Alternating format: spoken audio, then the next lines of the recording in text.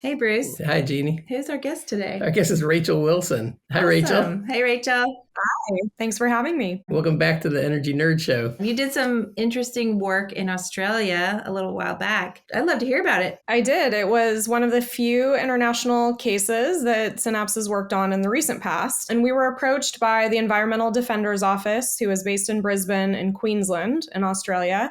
And they were looking to stop the permitting of the proposed Waratah coal mine, which would have put an additional 40 million tons of coal out into the world. It was designed for some domestic use in Australia, but most of it would have been exported to the seaborne market. So countries in Southeast Asia would be burning it in existing and new coal plants. Wow. So I saw the order had 1.6 gigatons of CO2. I guess that's maybe over the lifetime. That's a lot of CO2.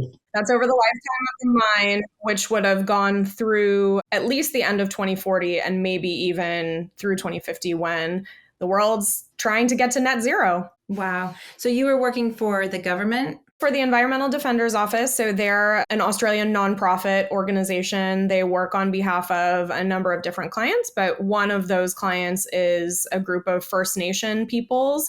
And so this case was attempting to argue for the human rights implications of mining this coal and exporting it on Australia's native peoples. So let's start with what the company, the mining company and their consultants, I mean, what was their argument other than we want to expand the mine and dig up a lot of coal? The argument of the mining company was that the demand for thermal coal was going to continue into the future, not at the same rate as in the past, but that it would still be substantial and demand would decline a bit.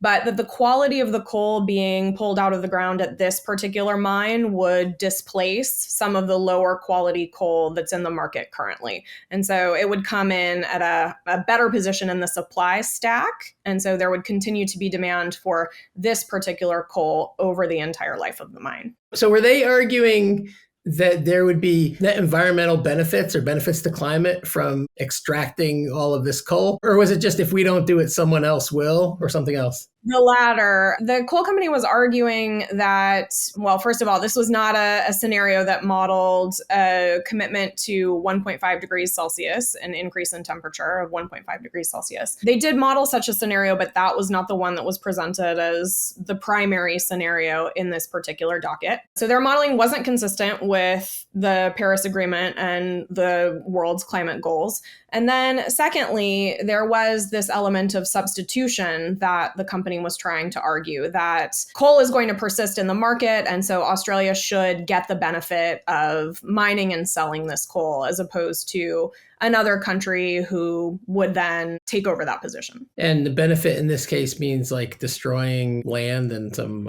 I would say the benefit that they were arguing for was an economic one to the country of Australia, and the other things they would attempt to mitigate, but that typically doesn't go well. And then what was your and your client's arguments? Our client's arguments focused quite a bit around modeling and scenario modeling, and the fact that in these types of electric system models that are attempting to forecast demand for coal or any other fossil fuel, the input assumptions that you use in that analysis matter a lot. And then the form that those input assumptions take in terms of which actual numerical variable you use is largely driving your results.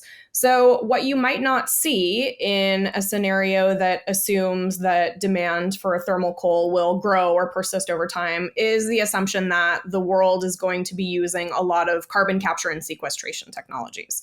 And that comes with an assumed capital cost. We don't have very many operational CCS projects at the moment, and even fewer at power plants that burn coal. So that assumption that CCS is going to come in massive amounts in the future is one that directly affects the output variables of a particular scenario. If you were to assume, say, that solar and wind have a greater penetration and that energy storage becomes globally available in large quantities, that's going to change the forecast for thermal coal. So do you know what the coal company was assuming because you had access to all their analysis? We had access to only one analysis, which was this report that they hired a consultant to produce. However, one of the things that came out in the hearing was that this particular consulting firm had updated that coal forecast immediately prior to the hearing, after the submission of the expert report, but prior to the hearing taking place. And that updated scenario did show a decline in thermal coal demand in the future. And so you can see how these scenarios evolve over time as input assumptions are being updated, market dynamics are changing, and all of the variables can be different from even one year to another. Is it true that consultants can get the model to say anything that their clients want them to?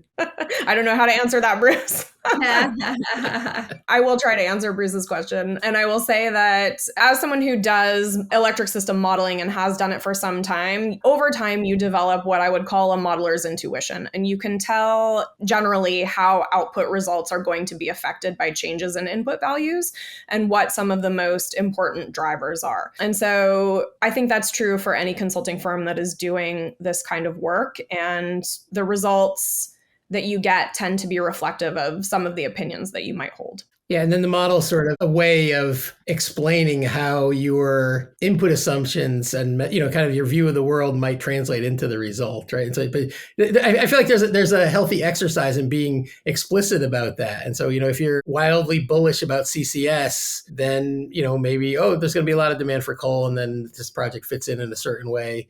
And if one's less bullish on CCS, then the results come out there. So it can help to frame why there are differences of opinion in quantitative ways. That's right. And I would advocate for transparency in those input assumptions, and that any consulting firm that is doing this kind of work is very clear about what they've assumed in terms of inputs. So did you actually go on the stand with your report, with your testimony?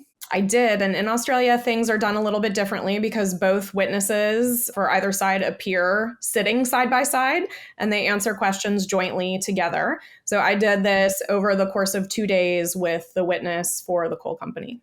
Yeah, you actually write a joint report. We do, which is also something that's different from the way things have worked in my previous experience. So we participated in several video calls together, passed draft reports back and forth over email, and we had to establish upfront, right at the beginning, the points on which we agreed and then the points on which we disagreed. That's kind of cool. Yeah, it seems like a sort of a really interesting and maybe in some cases healthy process. I mean, it gets the different perspectives working together on one document. In my experience, my one experience, it was a collegial exercise and, dare I say, fun at times. Is that because you won?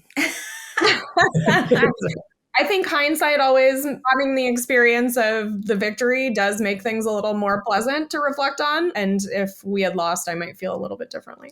So, yeah, I mean, I read the commission's, I think it was 300 and something page order. They mentioned your name 62 times. And I think every time they were agreeing with you and pointing out that the company witness was wrong and you were right. It was a pretty clean sweep of the table there, Rachel. It's always a good feeling to have, and one I've not always had in the work that I've done over my career. So what was it like being on the stand in that arrangement?